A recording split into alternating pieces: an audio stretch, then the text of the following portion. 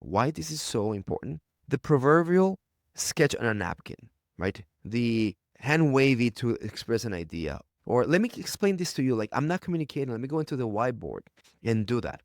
The fact that the machinery of AI now meets you there in this type of model, it's so human and exciting. So let's start unpacking this.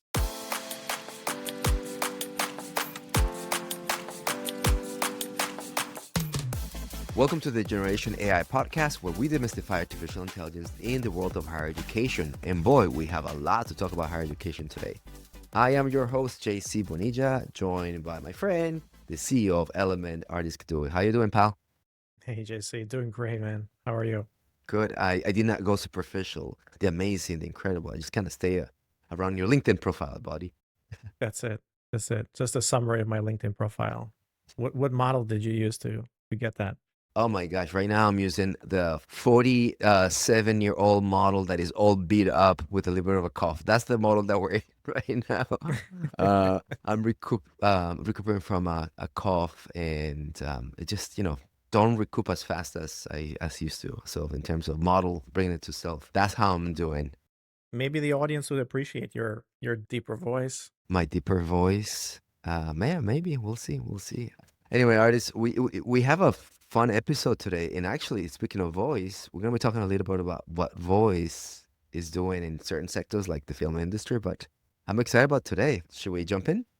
Yeah, so today we have a couple of updates and a couple of news stories, and then we're going to dive into our main story. So our main story today is going to be around O3 and some of the reasoning models, the multimodal reasoning models from OpenAI that have been dropped over the last couple of weeks, and we've had a chance to kind of play around with them, and a huge opportunity there.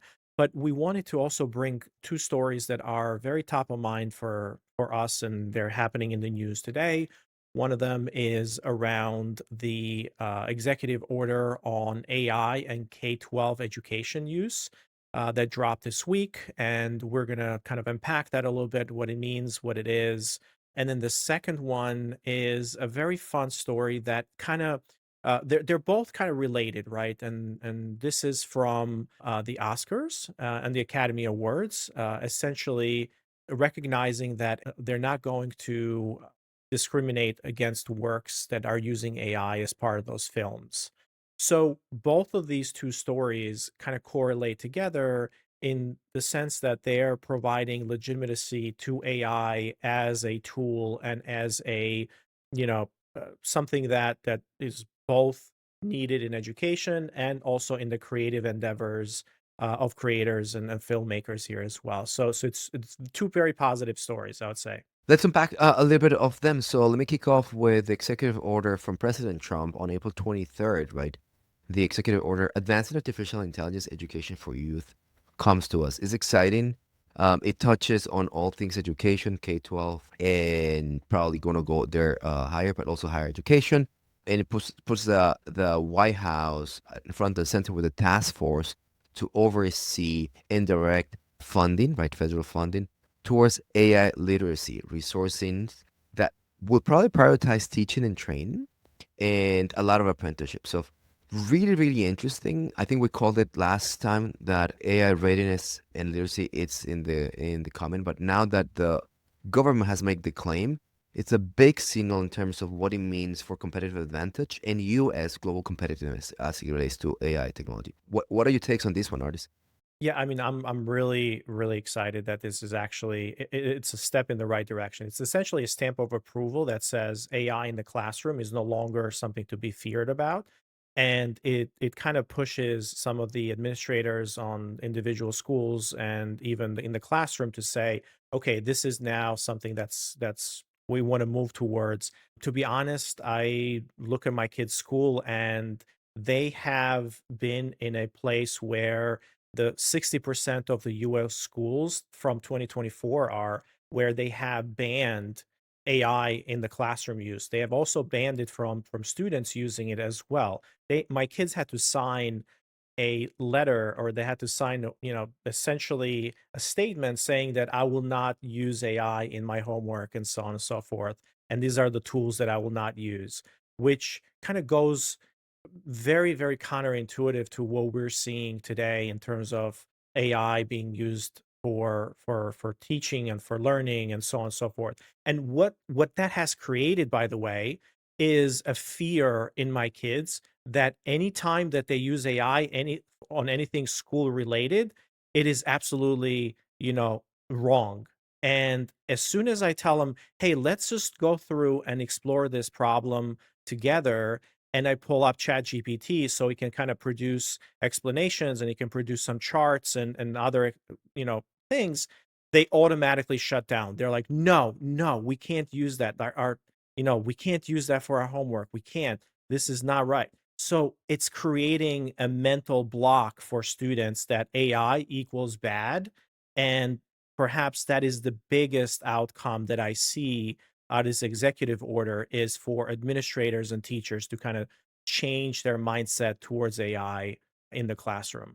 A long do overhaul. And on our meeting notes, I really like how we labeled this, right? It challenges the cheating narrative, right? What that means, it's, yeah, as you mentioned, there's fear, sometimes lack of understanding of ignorance from many of our professionals in teachers that not knowing how to use it and how it impacts the classroom. So the easiest thing to do, it's block, don't use it, and the mental signals, as you mentioned, like it brings to the kid that like you should not use it, and it's like X, don't go there. So it's a much needed opening in terms of willingness to go there. But now, as you become what you measure, as funding incentivizes, right, and then federal funding is going to come and say it has to be in the classroom. I'm excited about how teaching pedagogy, kids, and some of the things that we've been talking about around critical thinking are going to be starting to be solved. Why? Because for those of us who have been without the fear and using it, there's the aspect of it's AI removing or challenging the critical thinking. And I think now that if it comes early on age, we're going to start seeing a new developmental aspect on our youth that will translate to generations to come. Really, really good call. Yeah. The teaching, providing resources for teachers, I think that's a huge one. Training and AI literacy and teaching, providing those resources, great. What's your take on global competitiveness? I mean, this is a signal. And I think that we've been seeing this administration go macho and like, big guns on like, we own AI, right? And I think when you bring it to the classroom, in terms of human capital, when you bring it to the most foundational building block of human talent, which is basically, elementary school, we're saying we're here not only to compete, like we're here to dominate. How do you see it the same way or differently? I do see it in a way as a first step. Oh, okay. Our education system on K through 12 is not, globally competitive, and I see. it's very patchy, meaning that it's very localized. So there's certain districts at the school level, at the district level, at the state level, you have very different inconsistencies on how that gets. So globally overall, I feel we're not competitive, and we has to be a must in order for our kids to just at least not have this as a blocker. But if you think about it, it's like China's kids, they're building AI while our kids are really sneaking ChatGPT in the classroom, right? Huh, interesting. We can't fumble this one. Yeah, and it's a fair point. I was seeing it from and actually that's a whole conversation, right? Which is to your point. By introducing AI, does that mean that global competitiveness as it relates to educational milestones and metrics and standardized exams do we compete because we have not been doing great there? I was kind of seeing it from a point of view of, innovation and like how human capital competes, but super fair. Let's move to the next one. In the Oscars category, right? Sometimes we have seen that there is a reward for the introduction of computer graphics, UGI, right? And it's a whole section, animation and whatnot. But AI unpacks a totally different playbook. Actors in the art of acting can be enhanced with looks and feels and motions, voice, and it's been a source of tension of how AI augments the creative process and how natural it could be. So the fact that the academy has made a statement that they do not care about the deployment of AI on the process, it's a big one. It's a big one. So what's your take on this one? Yeah, just as a recap, like the news is that the Academy of Motion Picture Arts and Sciences, right? So that, AKA the Academy or the Oscars or whatever you want to call it, they have updated their rules for the 98th Oscars, basically stating that films using generative AI and other digital tools are eligible for awards, with the use of AI neither helping nor harming a film's challenge chances of nomination. Meaning that you're no longer, so if it uses AI, it shouldn't be seen as a negative or as a positive. And but however, they emphasize that awards will be judged based on the degree of human involvement in the creative process, prioritizing human driven artistry. So yes, the AI is not, it's going to be in there, but still they are going to look at the creative process and prioritizing the human driven artistry.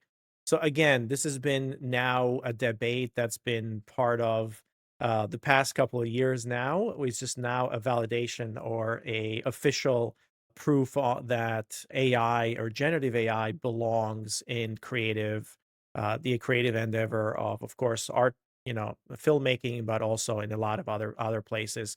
Where you see this, JC, this was really interesting. There was a debate basically sparked by The Brutalist. I don't know. Have you seen that movie where Adrian Brody Hungarian accent got kind of amplified, and they use generative AI. They use some of the models to essentially change the tone and change the accent, so it kind of matches better, which was great, by the way. I only saw the clips, from the words and whatnot, right? The denomination, and I had no idea that there were some voice augmentation. So, and obviously, good for them. I'm excited that this type of thing hits use, and then maybe the application here is starting next week. You will not pick an accent from me anymore because I'm just gonna have all my voice being the accent. It's exciting. Artists, the create. We've been talking about this since we started this podcast a year and a half ago, right? The push that this new wave of AI brings on the creative sector, it's big. And this ecosystem of creative landscapes, whether it's film, Oscars, theater, and whatnot, will continue to be challenged. And I'm glad that the Academy has made a claim. Perfect or imperfect, it's the natural evolution. So I'm excited about that. So two stamps of approval, right? On AI entering the mainstream, AI becoming part of our education system and how we learn and how we teach our kids. And then another one essentially saying that AI now is validated and it can be used as a powerful transformative tool for creative people and leveraging that. We've been telling you all along. We've been telling you all along. This is great. Yeah, these are both very positive news for us. We also have a slight update on our frontier models. So, Artis, you want to take on this one? Two important drops, and really quickly, what is coming from the Google family and what is coming from the X Grok family?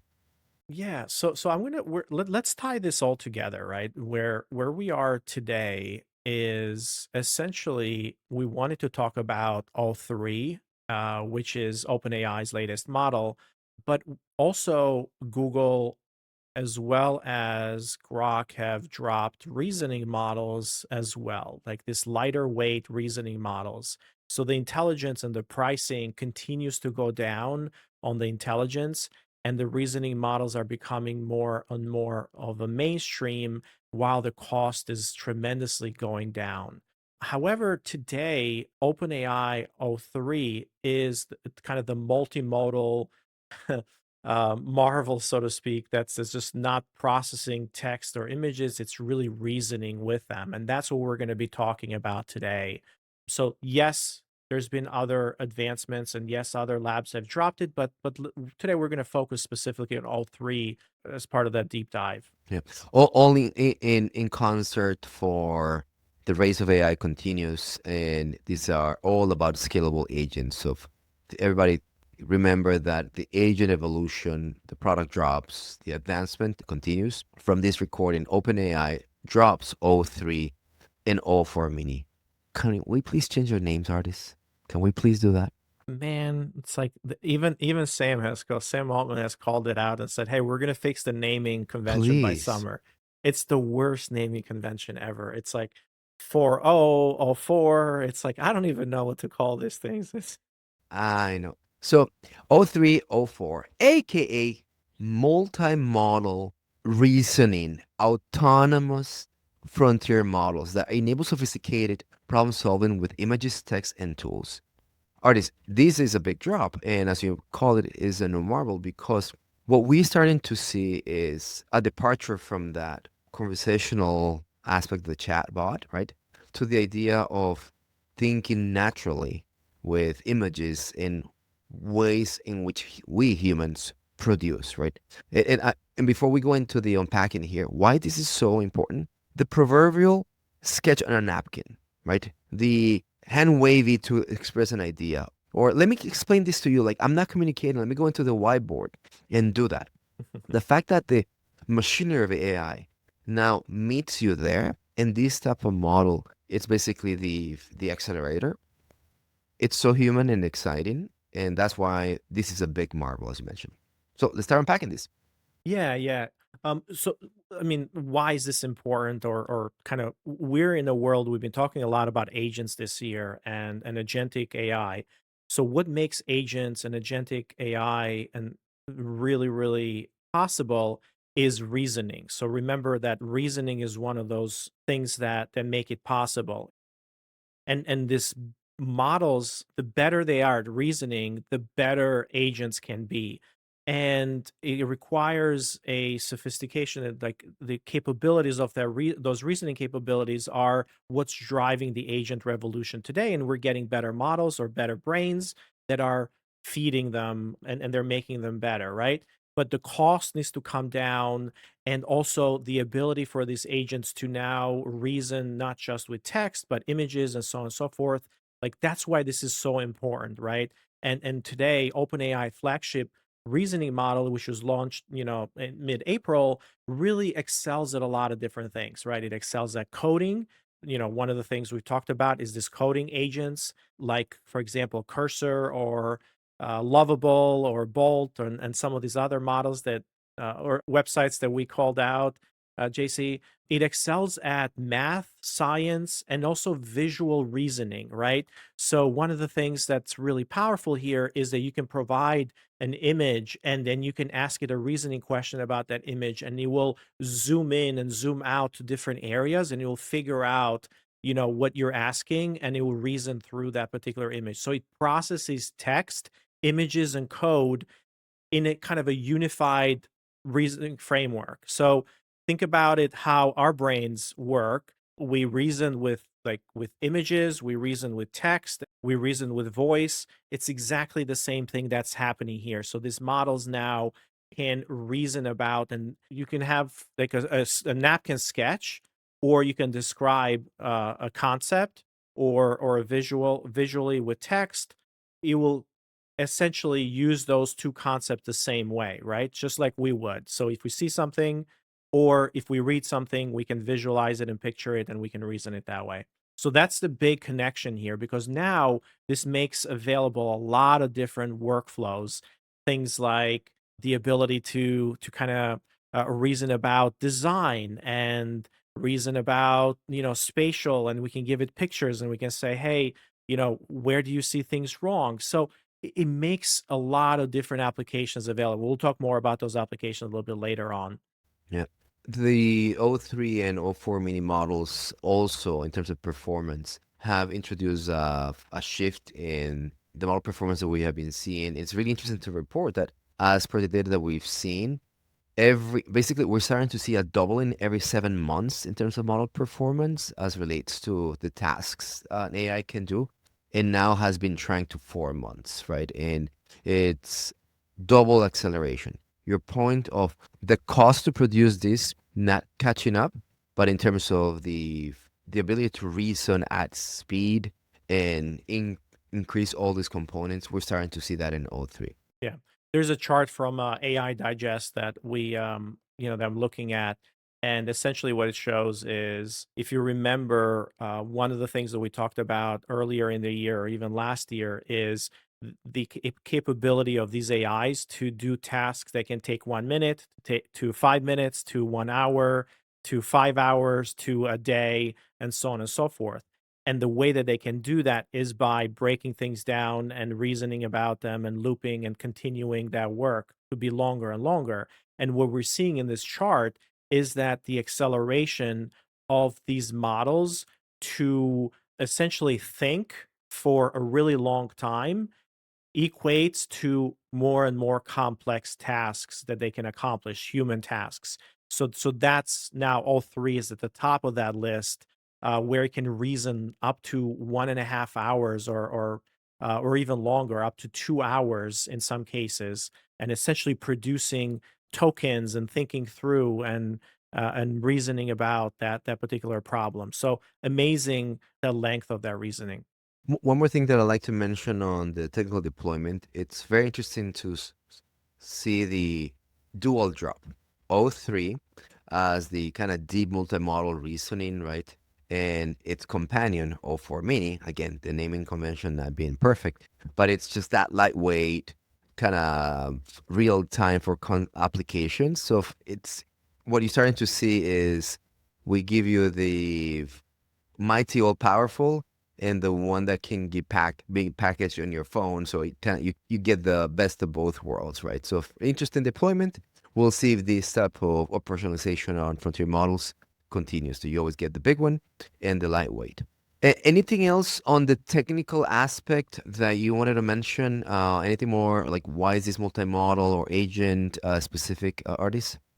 Yeah, I mean, like just to visualize it, now it's possible for like you can give it a maze, for example, and you can tell it solve this maze, and it will visually go through in each parts of that maze, and it will reason about, hey, if I go here, produce different paths, and then figure out what's the best path to get to the other side. So that's one thing that it's very capable of. The other part, JC, is that we had the O1 model last month or even before, and then we had some of these reasoning models, but essentially we had to use different models to produce images or to give it images and pictures or to use the web and use tools. With the O3 model coming on and using it in ChatGPT, what they have done is they have put a lot of those capabilities in the same model. So the model is reasoning through and thinking, okay, what type of tools do I need to use to solve this problem? Do I need to use a code interpreter? Do I need to go to the web and search the web to get more information? Do I need to use an image cropper so I can zoom into those images? So it's both now reasoning, it's using more and more tools, and it's kind of putting all those pieces together for us. So I can see how the next iteration of all four or even all five, we don't even have to think about like picking the right model from the ChatGPT model dropper. So right now I've been using O3 quite a bit for most of my stuff, and then I'm just switching to the 4.0 model just so I can get a little bit more better writing, so to speak. But the O3 is really, really good, and it can do writing, it can do visual output, it can do all of those things. So what we're talking about on this O3, O4 mini drops, right, is the merge of two worlds. Visual thinking, right? It allows us to do this visual thinking. It's very analogous to how us humans process visual assets, right? And tool integration. That last part, it's so important because, yeah, as you mentioned, right, many of us were going into 3 or 4 tools within the same ecosystem, OpenAI and whatnot, to basically get the orchestration of this is my thinking, this is the deep research, now give me the code, and now give me the chart, right? With tool integration, dynamically, we can start basically creating assets and that production of I stay within the same prompt, the same environment. It's is very, very, very useful. Like you, I find myself switching between like my writing, specifically corporate writing, how you and I communicated with work, emails, customers. It's it's basically what is the default on ChatGPT? Is it 4.0? I 4.0, right? That's just basically I stay there. For that's Yeah, right. Yeah. it's basically it works for me really well, right?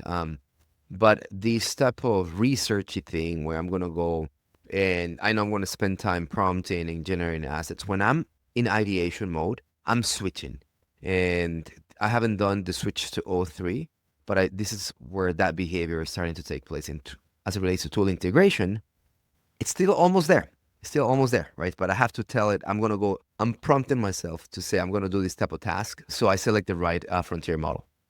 So how much of this have you been using, JC? So I mean, maybe just a temperature check. It's like, have you been using it at all, or like, are you thinking about? O3, I just for this show, right? So that's basically very front heavy commercial use, right? So I haven't gotten the it doesn't do this for me. You're in for a treat, man. You should. So you got to move to O3 if you want to, like, if you want to have truly, like, you can pose a question and you can give it text, you can draw something, you can give it a PDF, or even analyzing a whole, a whole agenda, for example, and you can say, okay, help me think through this. Here's some of the things I want to get out. It's going to reason through, and it's going to give you 10 times, 100 times responses that another human would have given you that's an expert in that particular area. So it's a huge, huge difference between the one shot for O and the O3 capabilities in here. So I've been using it for things like research, and I use deep research to do the research, and then I ask O3 to think through this and then apply to a particular scenario for us, right? For, in this case, the element business. The other thing that I use it for is how do I evaluate, let's say, other decks for other companies and things like that around, businesses that we want to evaluate, things of that nature, even including our own internal decks sometimes to kind of propose, hey, here's our talk track that we want to go through. Make sure that you research and you act as a really great communicator and a really great marketer, and come back with me and propose some campaign ideas around this. And it does that.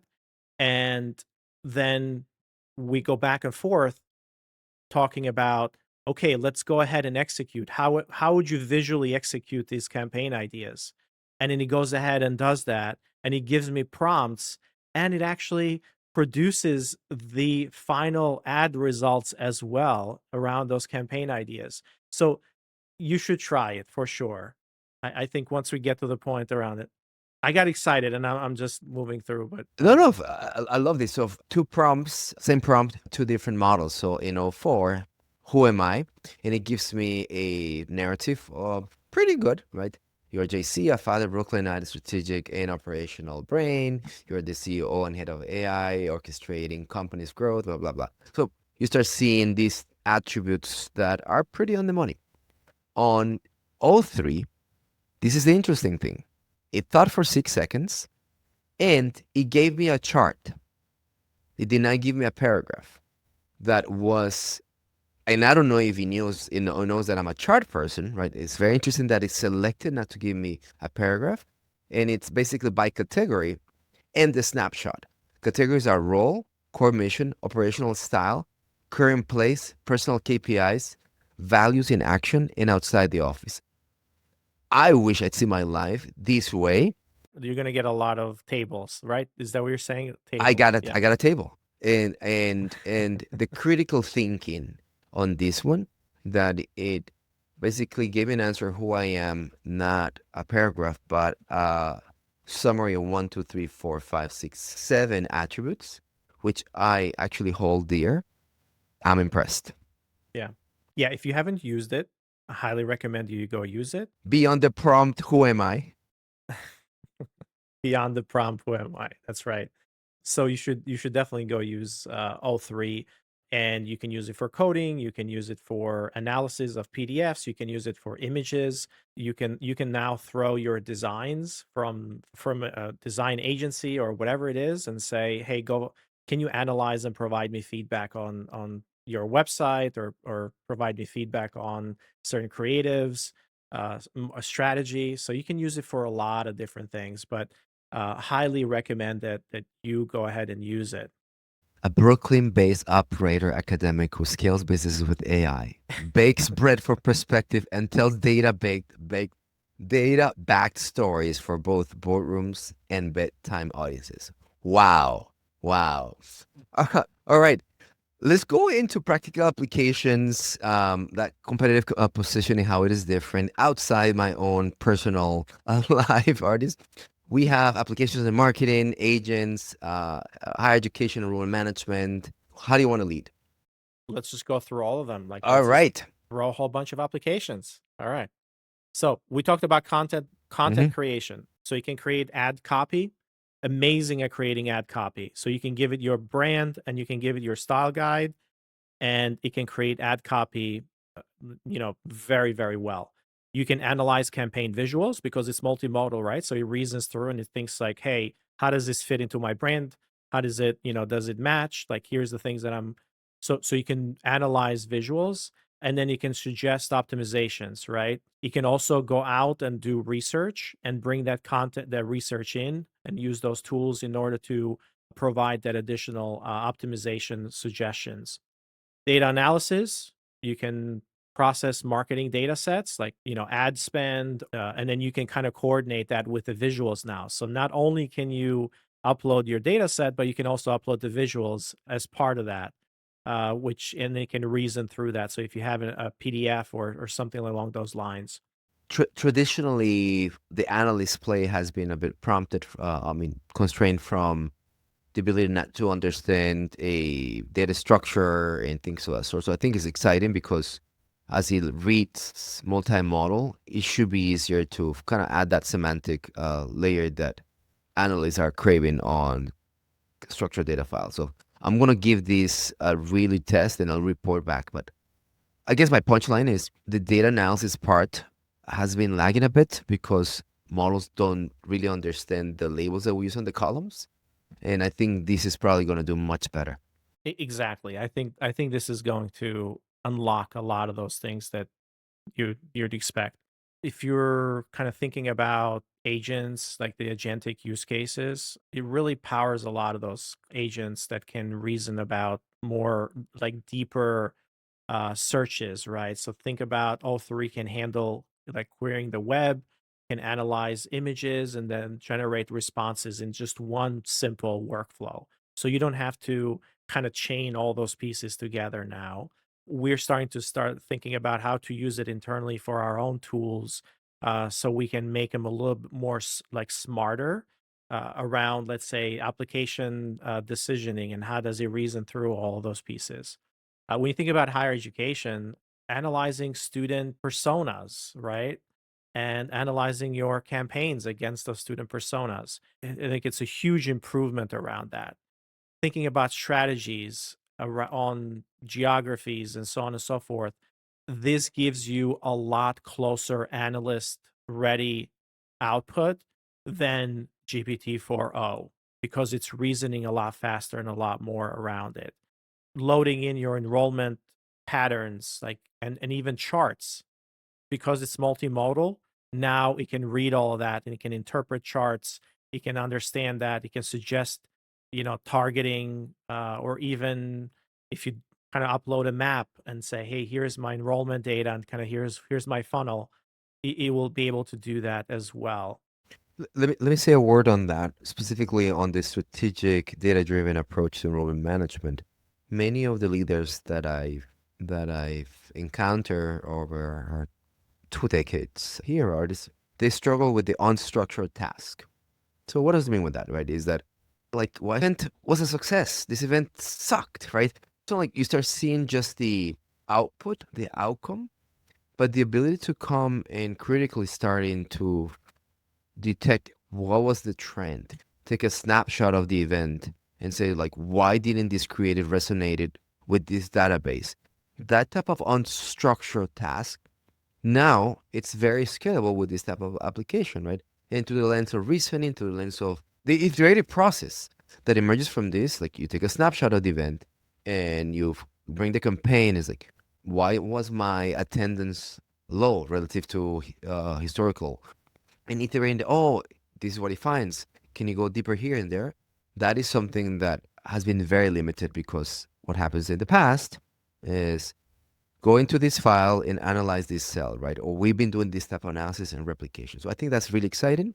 Leaders start thinking about that data-driven strategy and unleash your unstructured requests here. So anyway, You see, can I show you something really quick that I did the other day? Let me show you. please. Just so this is on the creative side. So what I entered in here is I basically put in a prompt. I created a little campaign and I said create this visual ad for, for Wire magazine, bold minimalist visuals. There's a clock on the wall showing 2500 or 25 hour 25, so on and so forth. So I just basically, this was a prompt that was generated by O1 when he built the actual campaign. And then, sorry, from O3. And then he went ahead and started thinking about this. And you can see the reasoning of what it's thinking through. And it actually created the graphic for me in the same model. So I went ahead and now I'm like, okay, how about the following tagline? And it went ahead and updated based on that as well. So you can see now you can go back and forth. The other part that I'm like, okay, I'm like, let's remove the Wired logo that it basically put a Wired magazine logo. I mean, that's weird. I don't know why I did that. Because you called it for a wire style Wired publications, yeah. magazine. Yeah, yeah, exactly. But what I did is I uploaded I uploaded the Element logo and our Bolt AI logo. Icon, yeah. And now I'm like, hey, just replace those logos. And he came back and Hmm. actually, That's you good. know, put that as a creative in here. What do you think? Two things, right? Context, everybody. What Ardis is showcasing is some of the problems that we're trying to solve in the organization is how do we translate the impact of our AI agenda, digital workforce, to our partners. So by gaining an extra hour, it's like literally your creative thinking. So what I see is you have a creative brief that we can provide extra time and time, optimization, right? And then you have the kind of the tagline, but you don't know how to land the creative assets to complement it. And in 3 iterations, and I don't know how long it took to do all that, you went from a sketch to a refinement of the sketch. Then you brought brand pillar, like basically the brand style guide, the logos, and you made it into a production ready asset. Not asset, ad. Yes, in a matter of minutes. And I was having so much fun with it the other day that I went ahead and essentially built a whole ad campaign for us over the last, like, in a matter of, like, I don't know, I spent like 2 hours on it because I was having so much fun with it. Just to give a power of its ability to have unstructured tasks. What I just did is I loaded a very complicated Excel file that comes from our CFO, multiple tabs, thousands of functions and formulas behind the scenes. You got it, right? So, artist, my prompt is it's element healthy. So, if you load the file, and then it starts basically going through. This is not a file. The table, the tabular approach that it took, it's a combination of the multiple things. It selected the right metrics for success, what's working, the analysis, what needs attention, and what needs assessment. Artists, you've been asking leadership to give you the why these are happening and kind of you lead into the triggers. These actually operated like a executive in your executive team. So, did I just fire myself, man? I think we're just going to end it at that one. So more and more of these complex tasks and more of these deep thinking tasks or intelligent tasks are getting done. And now that we have the ability for O3 to reason over images and visuals, you can throw anything at it from PDFs to kind of reports to even Excel spreadsheets, and it can reason through and use tools to kind of extract that data. So it opens up so many different opportunities for us. And like I said, I've been using it for the past week, and I've been super amazed. If you haven't, go ahead and use it. We try to bring some practical capabilities here in this podcast, but we're going to keep talking more and more about these advancements over the next 6 months, and even during the summer. There's probably other models that are going to be part of these, the O4 model with even better reasoning capabilities, and we're introducing and incorporating this as part of our tools as well.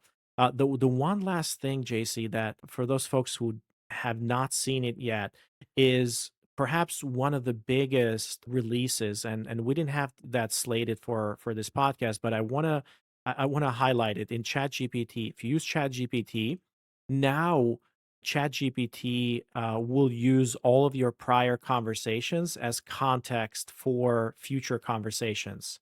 So if you remember, it actually used what it called memories, or it remembered certain things, but it was actually extracting those memories and putting them and then saving them. Now it will go back and it will kind of reference prior conversations that you had.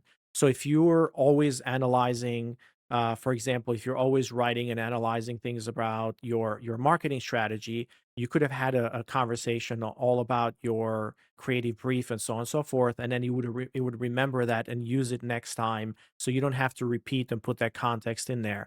This is amazing because it now truly opens up so many opportunities and capabilities, and we know that context is everything on these models. And as they get better at using more and more context and better data and reason more, having your prior conversations, it will actually know you better than anyone else, or it will know your workflow better than anyone else. So this is a little feature that was introduced very recently to ChatGPT, and it's gone unnoticed, but it enables so many personalization capabilities now for you. So your ChatGPT output will look very different from your coworkers. You'll look very different from your boss. You'll look very different from a lot of different people. So the more you use it, the more context you give it, the more thinking that you do, and the more workflows you put in there, the better it's going to know you and what you do. Artists, I think that wraps up our episode and show with this tagline, right? Whether it's through education, how we learn, how we think and communicate as humans, right? Or the memory systems and how they get embedded in the output of LLMs, right? We're seeing AI evolve in a way that it's integrating day in and day out into how we go about as humans. It is really, really exciting to see those. So today's episode, in a way, captures that from the lens of education, from the lens of graphics, visual thinking, and of course, remembering who we are. And also, maybe just firing all the executive team at Element, because I just showcased that, my friend. Ardis, super fun show. Thanks for doing this, my friend. Do you want to sign us off? Till next time, everybody. Generation AI is part of the Enrollify podcast network. If you like this podcast, chances are you're going to like other Enrollify shows too. Our podcast network is growing weekly, and we've got a wide range of marketing, enrollment, and higher ed technology shows that are jam-packed with stories, ideas, and frameworks, all designed to empower you to be a better higher ed professional. Enrollify is made possible by Element 451, the next generation AI student engagement platform that's helping institutions all over the country create meaningful, personalized, and engaging connections with their prospects and students. Learn more at element451.com.